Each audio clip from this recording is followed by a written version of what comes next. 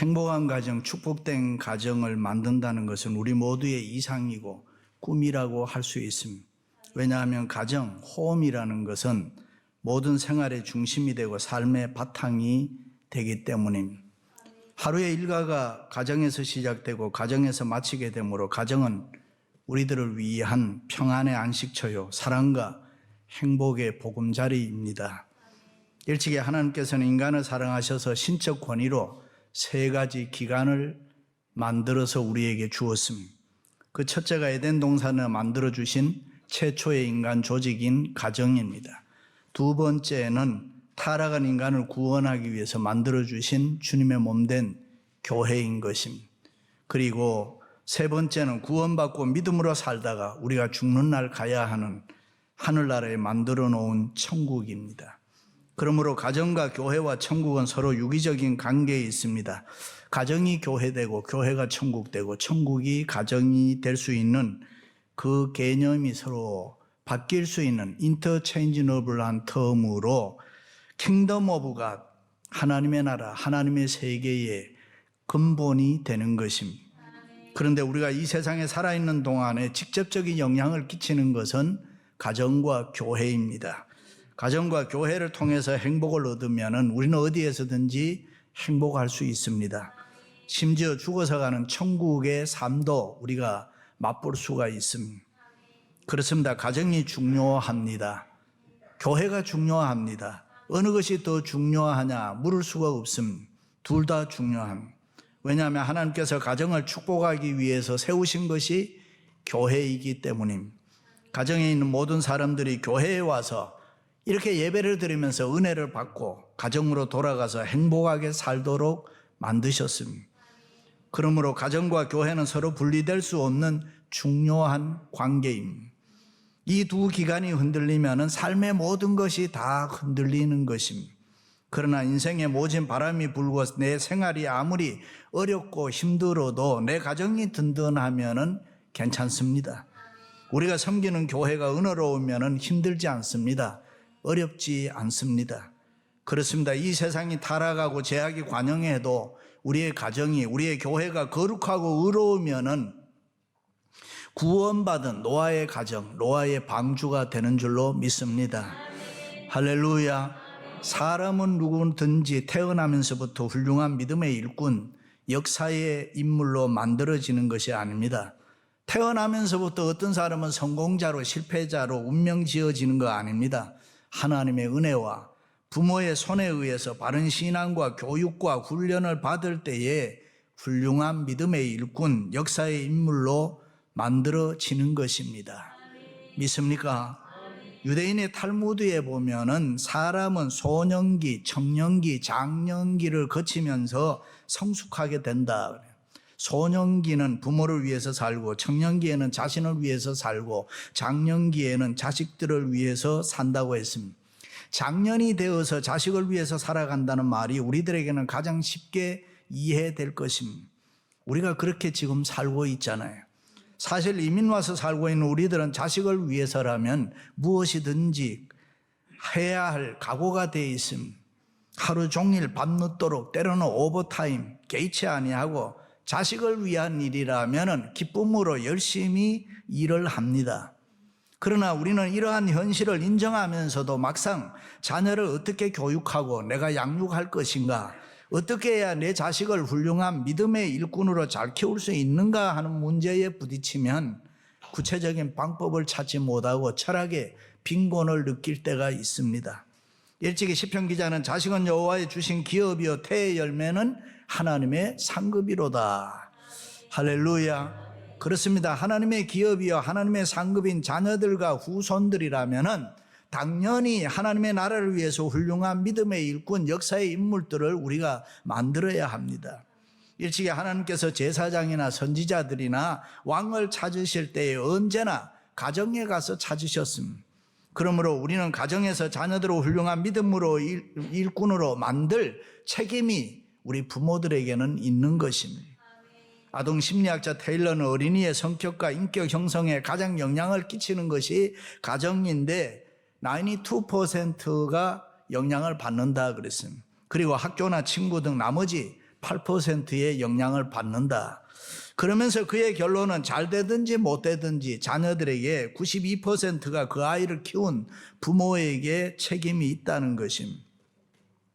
초대교회 바울의 충성스러운 후계자요 훌륭한 목회자요 초대교회 역사를 빛냈던 디모데는 경건한 믿음 좋은 어머니 때문에 일생 동안 훌륭한 믿음의 일꾼으로 살았다. 사도행전에 보면 디모데의 성장 모습을 이렇게 표현합니다. 그는 자라면서 사람들에게 사랑과 칭찬을 받았다. 성실한 청년으로 인정받게 되었다. 그리고 마침내 능력 있는 후계자로 바울에게 발탁되었다라고 했습니다. 원래 디모데의 아버지는 여러분이 잘 아시는 대로 헬라 사람입니다. 디모데가 어릴 때 일찍 세상을 떠났습니다. 그래서 어릴 때부터 아버지는 없었지만은 어머니의 믿음과 사랑으로 키웠습니다. 어머니와 외할머니의 철저한 신앙 교육을 받으면서 믿음의 일꾼으로 훌륭한 인격과 성품을 만들 수가 있었습니다. 바울은 그를 이렇게 칭찬합니다. 이는 내 속에 거짓이 없는 믿음을 생각함이라. 이 믿음은 먼저 내 외조모 로이스와 내 어머니 유니게 속에 있더니 내 속에 있는 줄도 내가 확신하노라. 기가 막힌 칭찬입니다. 너 할머니, 어머니 그렇게 좋은 믿음의 소유자더니 너 자신도 그런 줄로 나는 안다. 그런 말입니다. 그럼 우리도 어떻게 해야 우리의 자녀들을 디모데처럼 믿음의 일꾼으로 훌륭하게 만들 수 있습니까? 첫째는 신앙의 훈련과 기도해 주어야 합니다. 보통 많은 사람들이 자녀를 낳아 교육하면서 어떻게 할 줄을 잘 모를 때가 있습니다. 임신했을 때는 제발 순산했으면, 또 아이가 어릴 때 아기일 때는 제발 건강하게 자라 주었으면, 학생 때는 제발 공부 잘해서 좋은 대학에 들어갔으면, 대학을 졸업할 때는 제발 좋은 직장에 취직을 했으면, 그리고 결혼하면은 제발 잘 살아 주었으면, 그렇게 생각합니다. 그렇습니다. 부모는 어떻게 보면은 일생 동안 자식들 생각만 하고 살아갑니다. 그런데 자식을 위해 염려하고 생각한다는 것이 교육은 아닙니다. 교육은 교육인 것입니다. 그러므로 예수 믿는 크리스찬 입장에서 어떤 교육을 내가 해야 되느냐 하는 것은 대단히 중요합니다. 첫째는 하나님의 자녀이므로 하나님을 제대로 알도록 우리가 가르쳐야 합니다. 하나님의 은혜를 체험하게 하고 성령을 받게 해야 됩니다. 믿음의 능력을 알게 하고 기도의 능력을 체험하게 해야 합니다. 현재 교육 심리학자들의 이야기합니다. 인간의 성장과 온전한 인격의 발달이 어디서 생겨나느냐? 학교에서 배운 지식이나 정신적 건강의 조화에서 오는 것보다는 요 영적 체험, 종교적 체험, 신앙의 체험에서 비롯된다. 그러므로 하나님 제대로 자녀들을 가르칠 수 있기를 바랍니다. 둘째는 자녀를 통해서 하나님의 영광이 드러나고 하나님의 나라를 이 땅에 실현시켜야 합니다. 자녀가 열심히 공부해야 하는 것도, 자녀가 열심히 일해서 돈 벌어야 하는 것도 하나님의 영광과 그의 나라와 교회를 위해서라고 가르쳐야 합니다. 셋째는 자녀를 잘 양육시켜서 후손을 번영시켜야 합니다. 그래야 노년에 그 자녀들을 통해서 우리가 기쁨과 평안을 얻을 수 있기 때문에 그렇습니다. 우리는 우리의 자녀들이 훌륭한 믿음의 일꾼이 되도록 신앙의 훈련을 잘 시켜야 합니다. 그리고 그들을 위해서 끊임없이 기도해 줘야 됩니다. 할렐루야. 유대인들이 왜 머리가 좋으냐? 한마디로 하면 그들은 성경을 공부했기 때문입니다. 머리가 좋아졌다는 것입니다. 특별히 모세오경을 어릴 때부터 어머니로부터 계속 들었기 때문에 지리적으로 역사적으로 다 도통했다는 것입니다. 거기서 사고력이 무섭게 발전하고 하나님을 발견하고 믿음이 생기고 용기가 일어나고 미래지향적인 사람이 된다는 것입니다. 하나님이 이 세상의 주권자, 통치자, 지배자인 것을 철저하게 배우는 가운데 그들의 머리는 보통 사람보다가 6배나 더 좋아진다는 것입니다. 할렐루야. 그렇습니다. 유대인의 어머니들은 자녀의 신앙과 교육을 위해서 목숨을 걸었습니다. 자녀들을 위해서 희생하며 헌신하고 기도했습니다.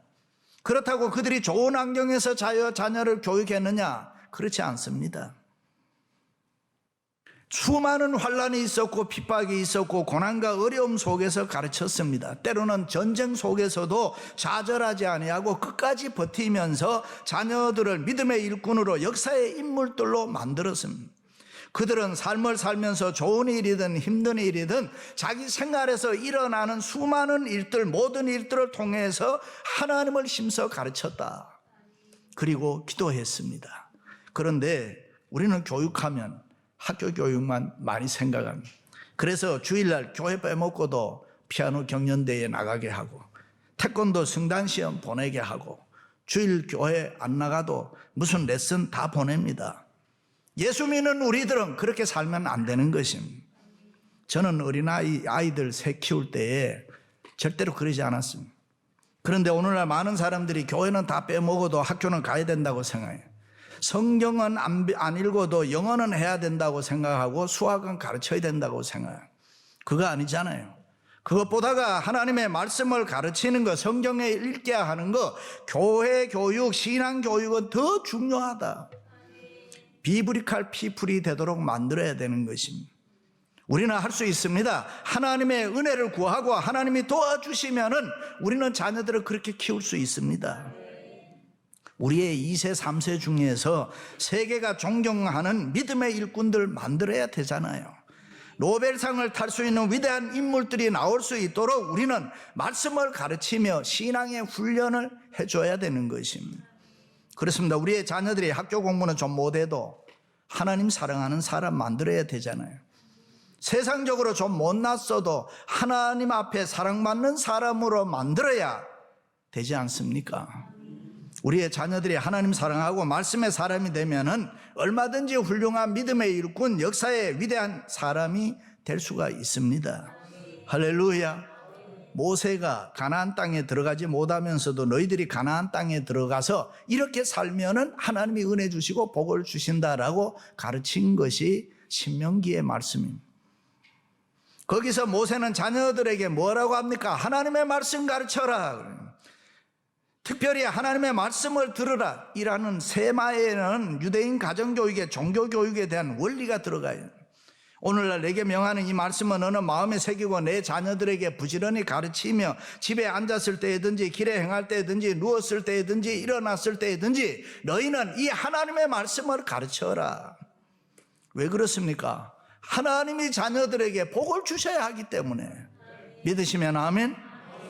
우리가 믿는 하나님은 도대체 어떤 하나님입니까? 창조자 하나님이시다. 전능자 하나님이시다. 다른 말로 이야기하면 무엇이든지 하실 수 있는 분이다. 우리보다 더 지혜롭다. 우리보다 더 강하다. 우리보다 더 능력이 많으시다.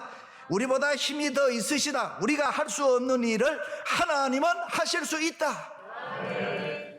그러므로 그 하나님을 제대로 잘 섬기도록 신앙의 훈련과 더불어서 기도해 주어야 한다.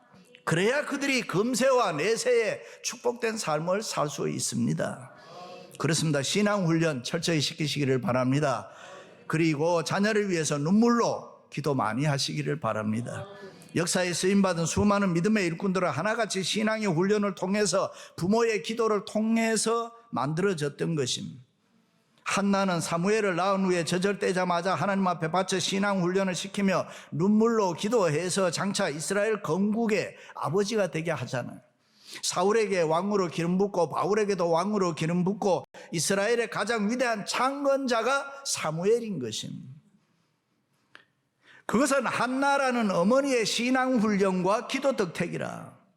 위대한 성 어거스틴도 어머니의 기도 덕택에 방탕하가 성자가 됐다. 그렇습니다. 믿음의 일꾼들은 그냥 만들어지는 거 아닙니다. 신앙의 훈련을 통해서 기도를 통해서 만들어지는 것입니다. 이민 왔다고 되는 거 아닙니다. 좋은 학교 다닌다고도 되는 것도 아닙니다. 좋은 동네 이사 갔다고 됩니까?